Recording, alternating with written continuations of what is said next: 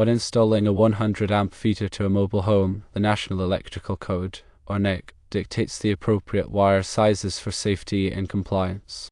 It is crucial to adhere to the latest edition of the NEC to ensure your installation meets current standards. This information specifically references the 2020 NEC. The minimum wire size for a 100 amp feeder to a mobile home, according to the 2020 NEC, is number 3 copper for both the hot and neutral conductors, and number 6 copper for the equipment grounding conductor. This means you'll need 2 number 3 copper wires for the hot legs, 1 number 3 copper wire for the neutral, and 1 number 6 copper wire for the equipment ground. The previous edition of the NEC, the 2017 edition, allowed for the use of number 4 copper conductors for the hot and neutral conductors, and number 8 copper for the equipment grounding conductor. It is important to note the difference between the two editions. The 2020 NEC has increased the minimum wire size for these conductors, reflecting updated safety considerations and electrical load demands. Therefore, when installing a 100 amp feeder to a mobile home, it's imperative to use number 3 copper for the hot and neutral conductors and number 6 copper for the equipment grounding conductor to comply with the 2020 NEC.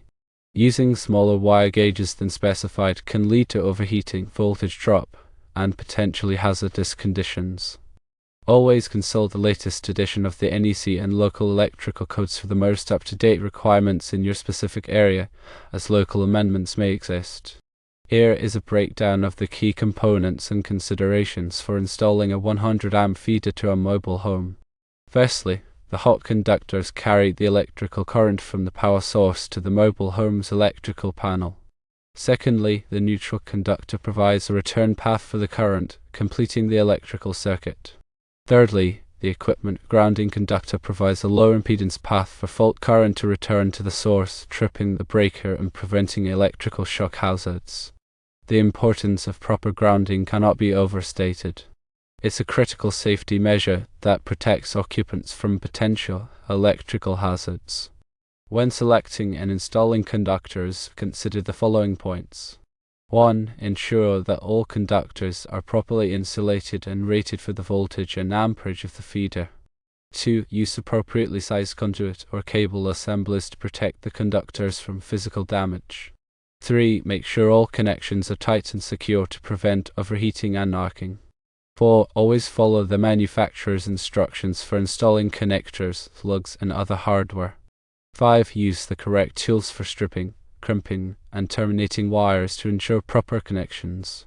6. Carefully inspect all conductors and connections before energizing the circuit. 7. Double-check your work to guarantee everything is wired correctly and safely.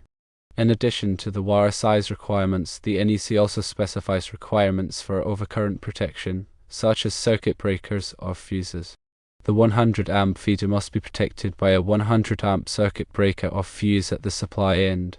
This overcurrent protection device is designed to interrupt the flow of electricity in the event of an overload or short circuit, preventing damage to the wiring and equipment. Furthermore, the NEC addresses the requirements for the disconnecting means. A readily accessible disconnecting means must be located either inside or outside the mobile home, near the point where the feeder enters the structure. This disconnecting means allows the entire electrical supply to the mobile home to be easily shut off for maintenance or in case of an emergency. The disconnecting means must be rated for at least 100 amps and be clearly labeled. When installing the feeder, pay close attention to the grounding and bonding requirements. The equipment grounding conductor must be connected to the mobile home's grounding electrode system, which typically consists of ground rods or ground drain.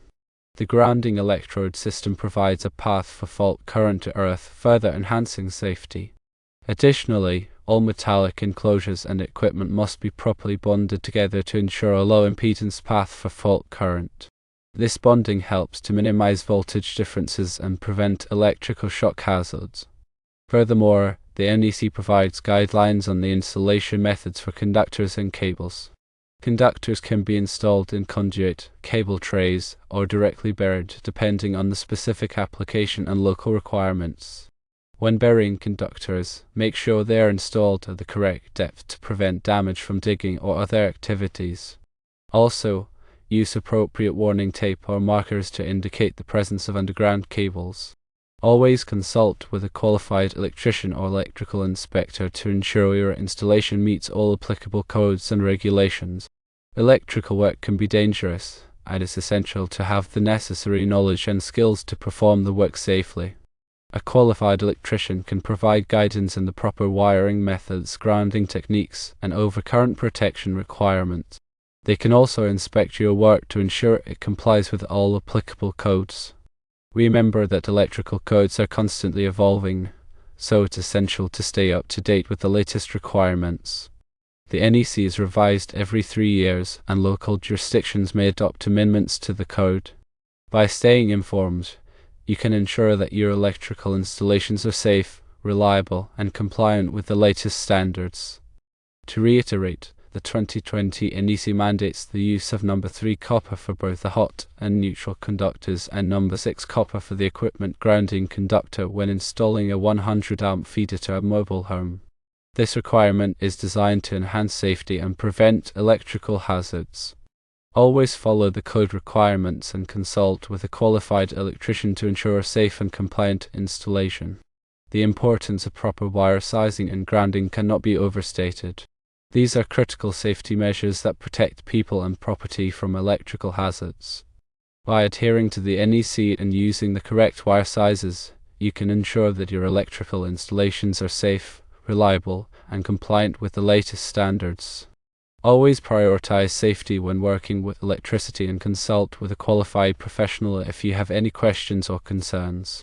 Additionally, when making connections, use appropriately sized connectors and lugs that are listed for the type of conductor being used. Torque all connections to the manufacturer's specifications to ensure a secure and reliable connection.